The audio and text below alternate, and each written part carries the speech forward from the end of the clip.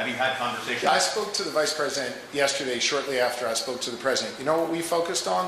Defeating Donald Trump.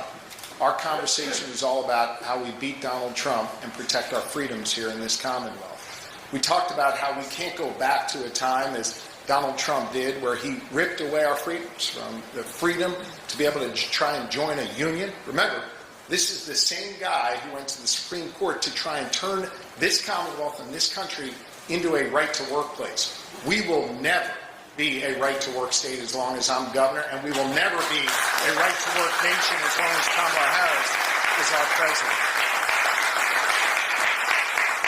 This is a guy who injected chaos in our lives in the past and wants to do it again. He wants to rip away health care from 1.2 million Pennsylvanians. This is a guy who has looked at the kind of workers who work here with great disdain.